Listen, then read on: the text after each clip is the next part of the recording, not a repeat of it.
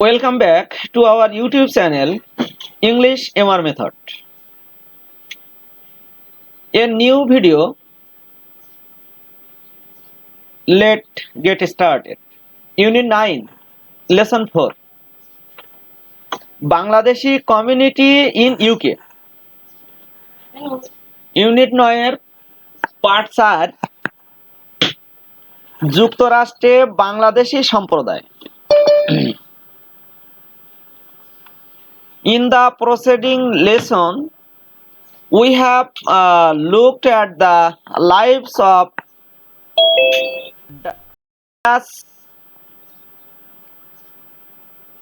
diasporic Bangladeshi in Brickland and Italy. The following passage, adapted from an academic essay by Tanzina Chowdhury, is about the history of Bangladeshi migration to UK. Read it and then carry out the activities that follow.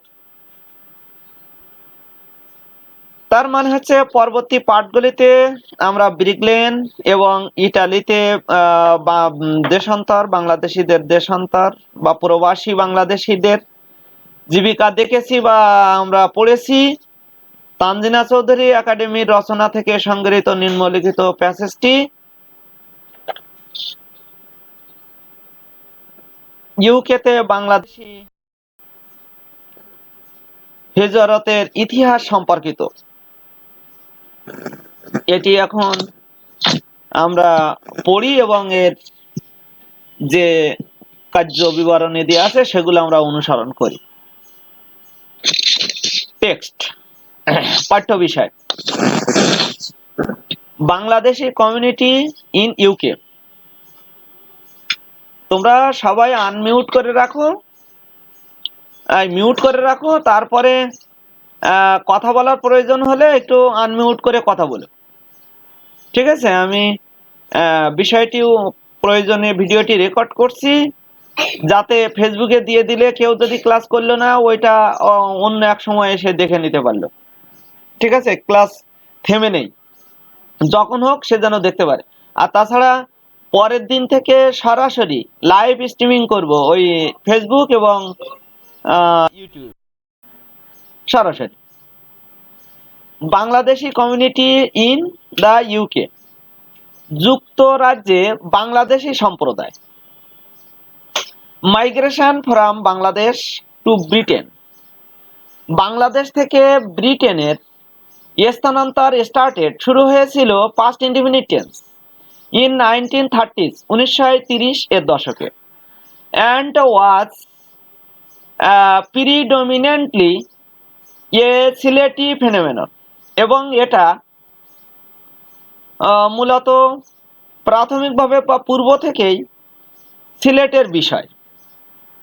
পুরো লাইনটার বাংলা, বাংলাদেশ থেকে ব্রিটেনে হিজরত 1930 এর দশকে শুরু হয়েছিল এবং এটি মূলত সিলেটি ঘটনা ছিল।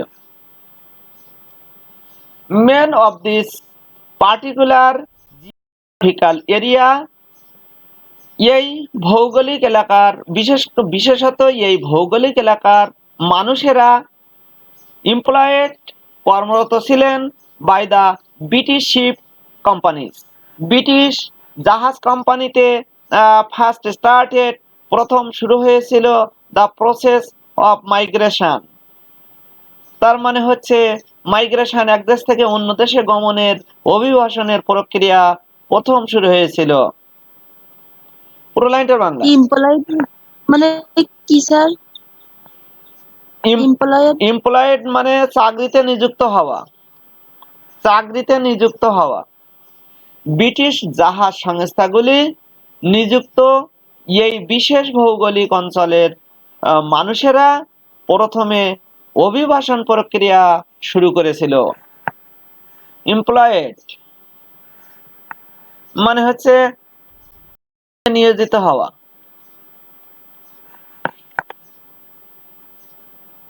Men of this particular geographical area are employed by the British ship companies. Next line.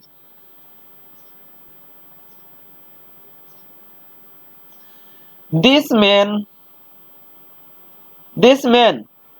were largely, এই মানুষেরা ব্যাপকভাবে নির্ভর করেছিল, ব্যাপকভাবে ছিল নিরক্ষর, ইলিটারেট, নিরক্ষর, and belong to the landless peasantry, এবং অধিকাংশটাই ছিল হচ্ছে ভূমিহীন কৃষক পরিবারের। পেশেন্ট্রি মানে ভূমিহীন কৃষক, আর পোর মানে হচ্ছে জমি আছে এমন ধরনের কৃষক।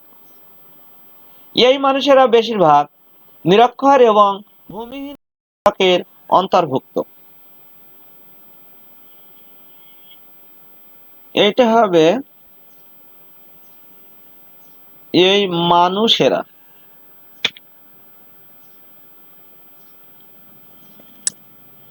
এটা আমি একটু চেঞ্জ করে দিচ্ছি।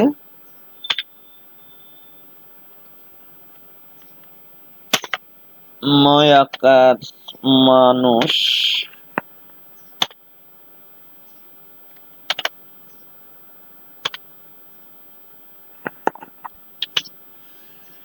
এই মানুষেরা বেশিরভাগ নিরক্ষর এবং ভূমিহীন কৃষক এর মধ্যে অন্তর্ভুক্ত ছিল।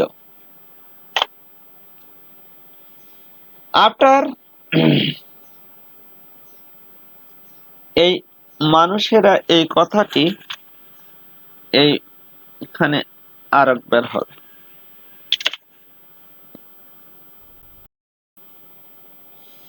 আফটার দা লাইন কি বুঝতে পারছো সবাই? বিলং টু মানে মধ্যে থাকা, বিলং টু মানে অন্তর্ভুক্ত থাকা, ইলিটারেট মানে নিরক্ষর, লার্জলি ব্যাপকভাবে অ্যাডভার্ব এটা। Next line.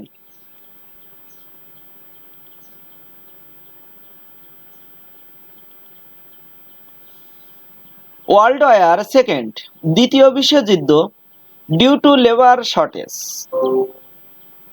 After the world war second due to labour shortage, তার মানে হচ্ছে শ্রম ঘাটতির কারণে, যুদ্ধের পর, দ্বিতীয় বিশ্বযুদ্ধের পর যখন শ্রম ঘাটতি, শ্রমিকদের ঘাটতি দেখা দিয়েছিল, ব্রিটিশ গভর্নমেন্ট, ব্রিটিশ সরকার এনকারেজ লেবার মাইগ্রেশন, ব্রিটিশ সরকার করেছিল লেবার মাইগ্রেশন, মানে হচ্ছে শ্রমিক স্থানান্তরের জন্য উৎসাহিত করেছিল ফ্রম ইটস ফর্মার কলোনিজ, এটার প্রথাগত উপনিবেশ থেকে। পুরো লাইনটার বাংলা, দ্বিতীয় বিশ্বযুদ্ধের পর শ্রমিক অভাবের কারণে ব্রিটিশ সরকার তার পরবর্তী উপনিবেশগুলি থেকে শ্রম স্থানান্তরকে উৎসাহিত করেছিল। দি পোস্ট ওয়ার, যুদ্ধ পরবর্তী, হ্যাঁ, পোস্ট ওয়ার মানে যুদ্ধ পরবর্তী, ওয়ার মানে পরবর্তী, ওয়ার মানে যুদ্ধ, পোস্ট মানে পরবর্তী। তাহলে যুদ্ধ পরবর্তী ব্রিটিশ ইকোনমি, ব্রিটিশ অর্থনীতি ডিমান্ডেড চিপ, ব্রিটিশ অর্থনীতিতে মানে চাহিদা, চিপ, চাহিদাগুলো হয়েছিল খুব সস্তা, প্লেন্টিফুল প্রচুর, লেবার মানে হচ্ছে শ্রমিক, লেবার মানে শ্রমিক, উইচ অফ হুইচ, যার মধ্যে অধিকাংশই, আর রিক্রুইট, যার মধ্যে অধিকাংশই কি ছিল, রিক্রুইট নিযুক্ত করা হয়েছিল ফ্রম সাউথ এশিয়া। পুরো লাইনটার বাংলা, যুদ্ধোত্তর পরবর্তী ব্রিটিশ অর্থনীতি সস্তা ও প্রচুর শ্রম দাবি করেছিল, যার বেশিরভাগ দক্ষিণ এশিয়া থেকে নিয়োগ করা হয়েছিল। Since Sylhet had already forged a strong link with the UK, most new labor was drawn from there. যেহেতু সিলেট ইতোমধ্যে যুক্তরাষ্ট্রের সাথে একটি শক্তিশালী যোগসূত্র স্থাপন করেছে, তাই সেখান থেকে বেশিরভাগ নতুন শ্রম আকর্ষণ করা হয়েছিল বা টেনে নেওয়া হয়েছিল। সিন্স সিলেট যেহেতু Sylhet had already formed a strong link with UK, যেহেতু সিলেট ইউকের সাথে একটি শক্তিশালী যোগসূত্র, ঠিক আছে, ফর্ম মানে হচ্ছে যোগসূত্র স্থাপন করা। এবং মোস্ট নিউ লেবার, অধিকাংশ নতুন শ্রমিক ওয়াজ ড্রন, টেনে নেওয়া হয়েছিল ফ্রম দেয়ার, সেখান থেকে। Sylhet is based in the UK, সিলেটিরা অধিকাংশই ইউকে ভিত্তিক। হেল্প ইজ আদার, একজন আরেকজনের সাহায্য করত। টু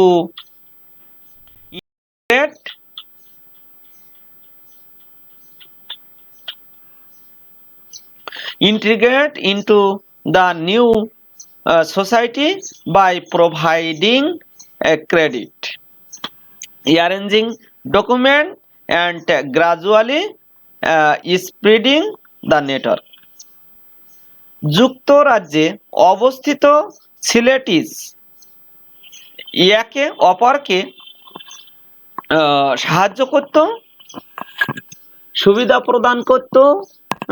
এখানে অপরকে সাহায্য প্রদান, নথিপত্র সাজানো এবং ধীরে ধীরে নেটওয়ার্ক ছড়িয়ে দিয়ে নতুন সমাজে সংহত করতে সহায়তা করত।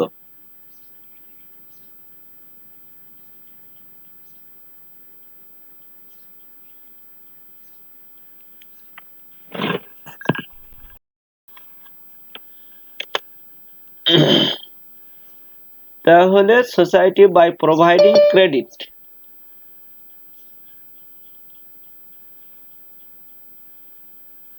ঋণ প্রদান, এইটা হবে হচ্ছে ঋণ প্রদান,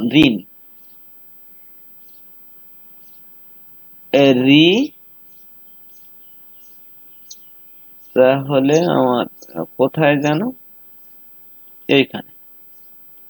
এইখানে আমার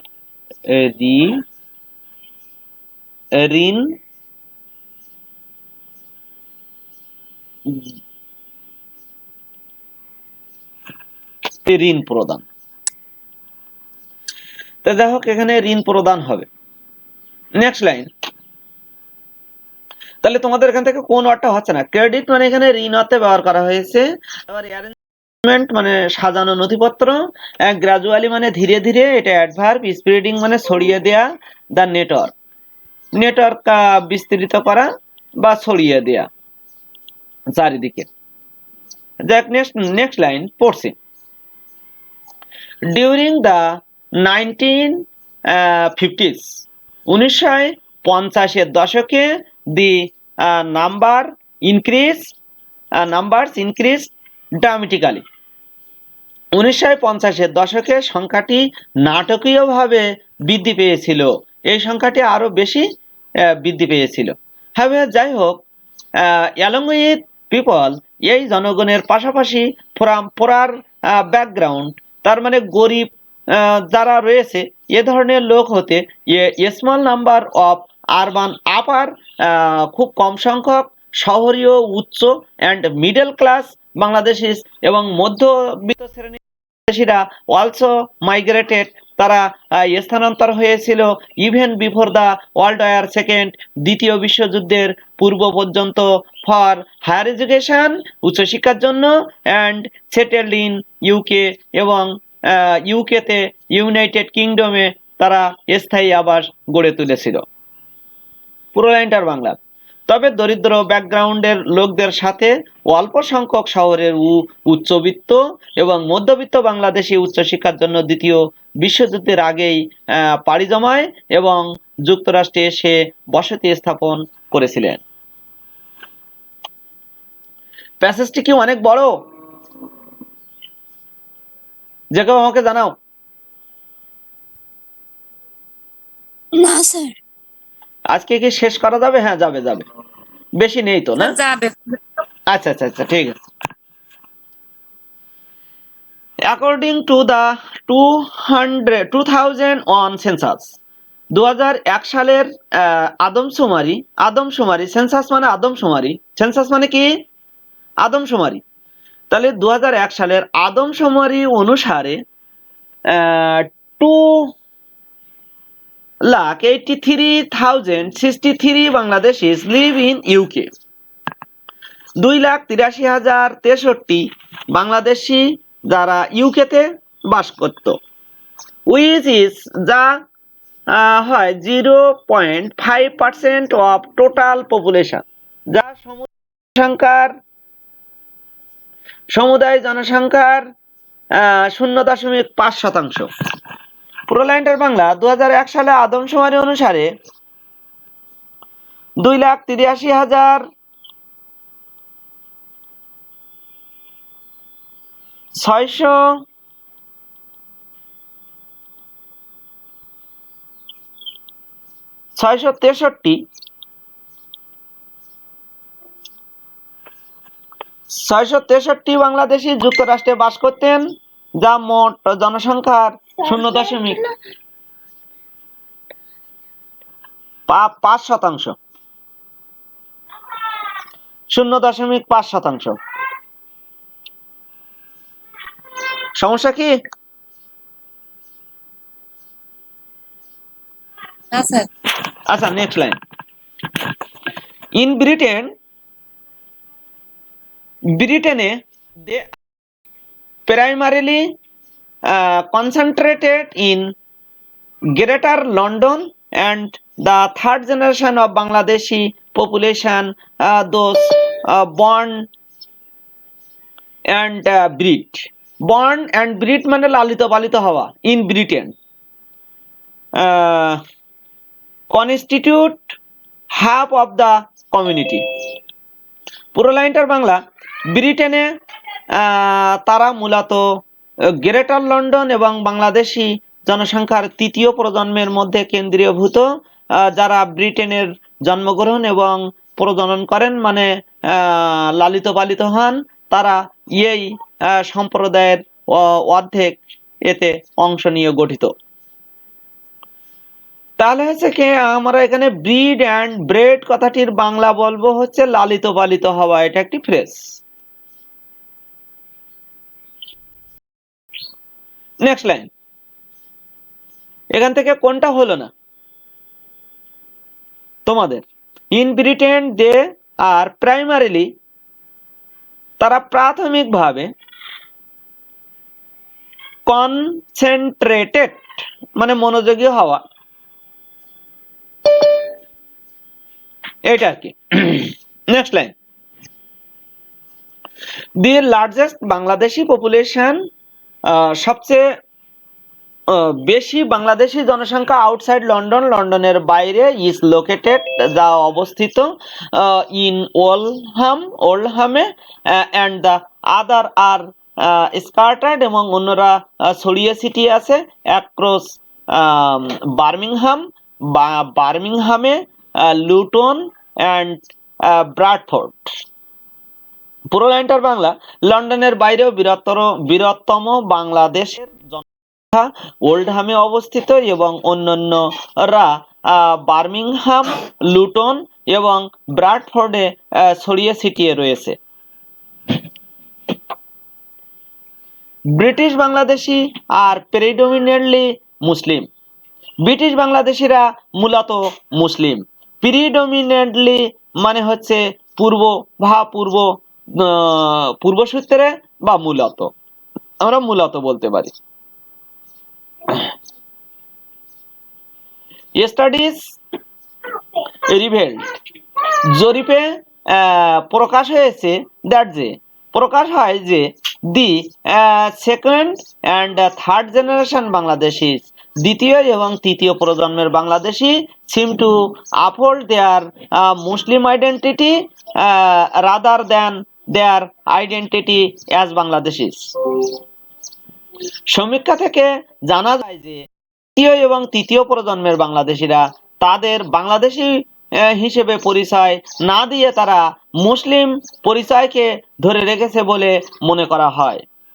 লাইনটার বাংলা আমি একটু বুঝিয়ে বলবো,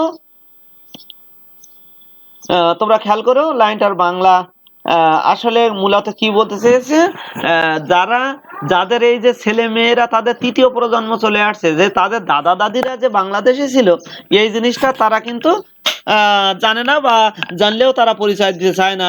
তারা ওই দেশের পরিচয় না দিলেও বলে আমরা মূলত মুসলিম, এই পরিচয়টাই দিয়ে থাকে। নেক্সট লাইন, হাওয়ার যাই হোক, দি অ্যাবসেন্স অফ এ স্ট্রং টাই, যাই হোক একটি শক্তিশালী বন্ধন ডাজন্ট মিন, এটার মানে বোঝায় না দ্যাট যে বাংলাদেশি কমিউনিটি, বাংলাদেশি সম্প্রদায় ইজ কমপ্লিটলি ডিটাচ, বাংলাদেশি সম্পূর্ণভাবে বিচ্ছিন্ন হয়ে গেছে ফ্রম দেয়ার হোমল্যান্ড, তাদের আবাসভূমি থেকে, তাদের জন্মভূমি থেকে তারা বিচ্ছিন্ন হয়ে গেছে, এটা কখনোই ভাবা সম্ভব নয়।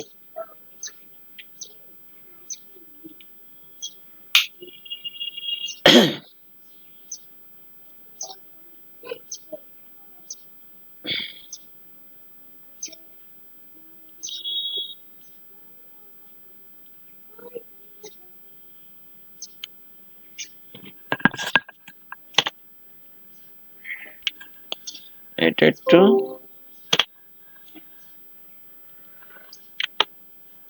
তবে পুরোটাই অনুপস্থিত,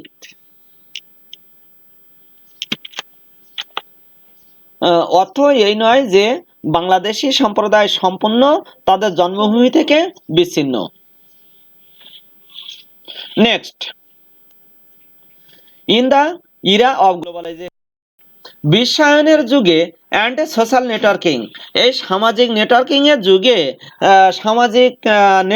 এর যুগে, লাইক আদার ডায়াসপোরা কমিউনিটি, অন্যান্য প্রবাসী সম্প্রদায়, ব্রিটিশ বাংলাদেশিরা আর অলসো লিঙ্কড, তারা সম্পর্ক রেখেছে টু দেয়ার কান্ট্রিজ, তাদের দেশের সাথে, অফ অরিজিন বাই পিপল, তাদের উৎপত্তিগত by phone, email, internet and television.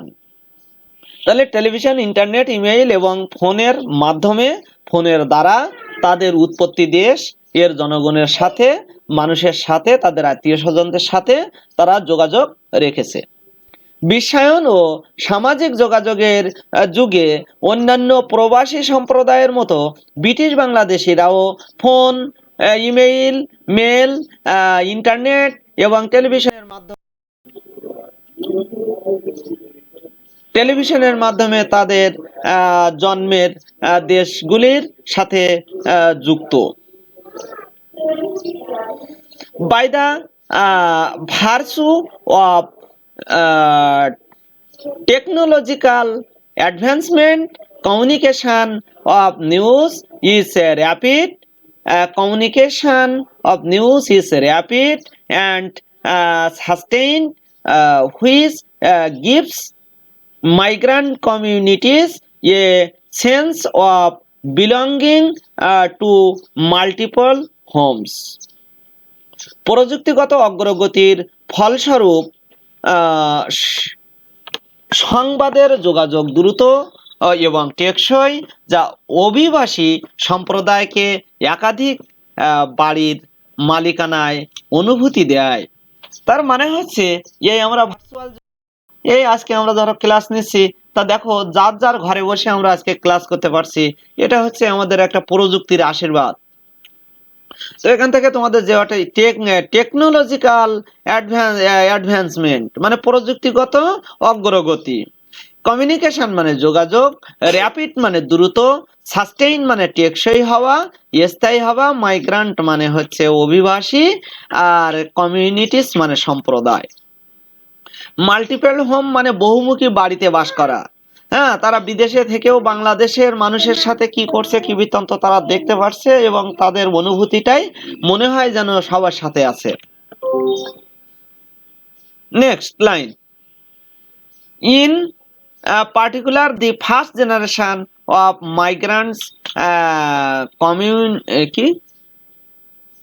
continues to regard Bangladesh as central to their identity, বিশেষত অভিবাসীদের প্রথম প্রজন্ম বাংলাদেশকে তাদের পরিচয়ের মূল হিসেবে বিবেচনা করে চলছে।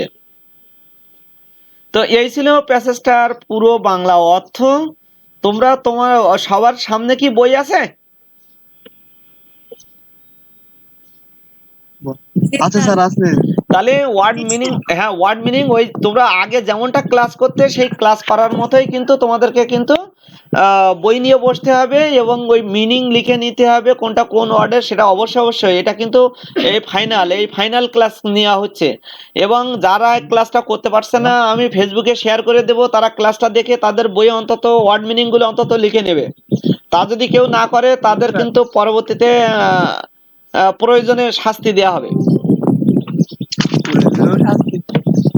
হ্যাঁ, তা যাই হোক একটু করো, আর এর পরে আবার 40 মিনিট হয়ে গেলে কিন্তু আবার রিজয়েন করা লাগবে, এটা তোমরা একটু খেয়াল রেখো। তা সবাই একটাবার রিডিং করো, ফুল প্যাসেজটা একটাবার রিডিং করো, দেখি ইংলিশ অংশটা রিডিং করো সবাই। মিউট করে নাও সবাই, মিউট করে নাও।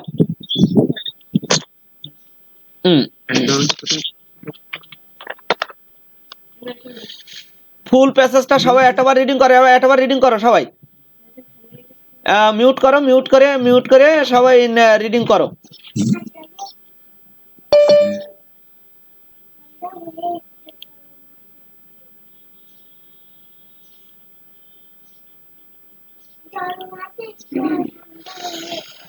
Migration from Bangladesh to Britain started in 1930s and was predominantly a Sylheti phenomenon.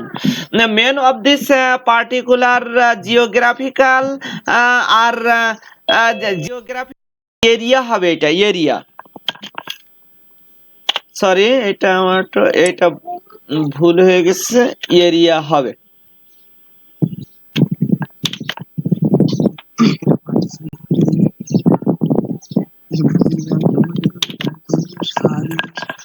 হ্যাঁ একটু মিউট করে রাখো প্লিজ, আনমিউট করতে হবে না, মিউট করো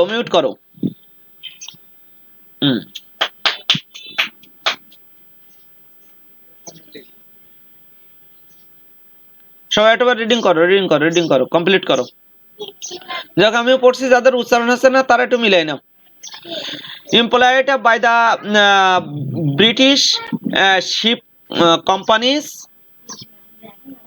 first started the process of migration. These men were largely illiterate and belonged to the landless. After the World War II, due to labor shortage, British government encouraged labor migration from these former colonies. The post-war British economy demanded cheap and plentiful labor, which mass of which was recruited from South Asia. Since Sylhet had already forged a strong link with the UK, most new labor was drawn from there.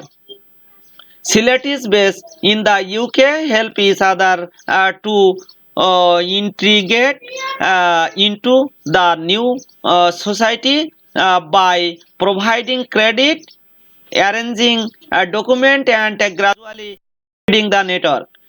During the 1950s, the number increased dramatically. However, along with people from poorer background, a small number of urban upper and middle class Bangladeshis also migrated even before the World War II for higher education and settled in the UK.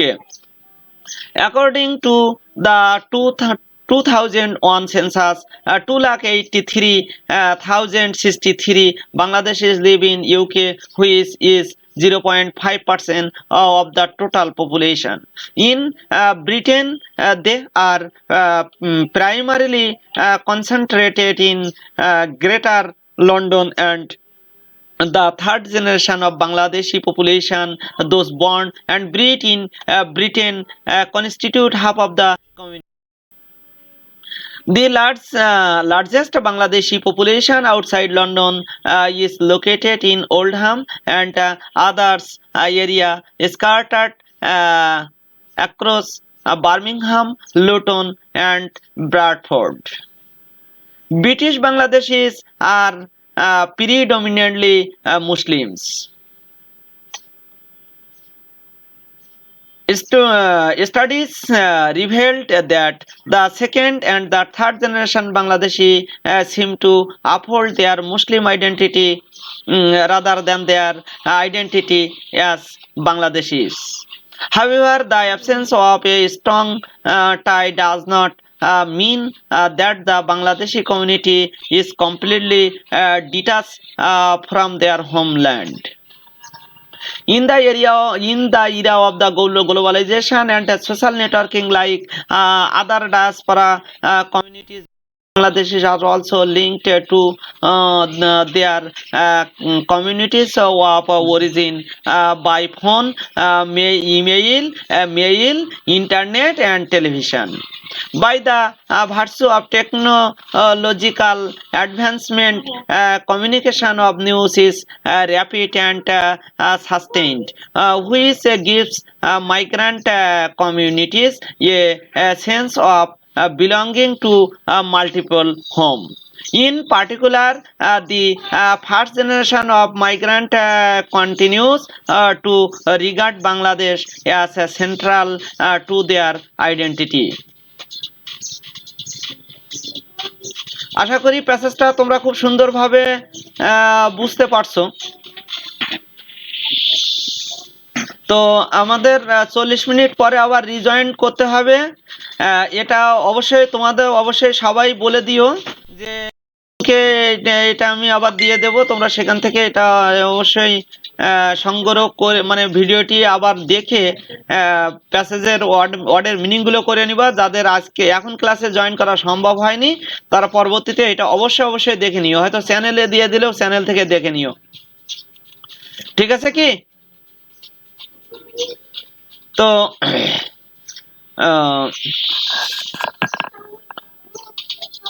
তোমরা আবার একটু rejoin করো। আমি এটা হচ্ছে এই মিটিংটা শেষ করছি, তারপরে আবার একটা স্টার্ট করছি, তোমরা তাতে রিজয়েন করো।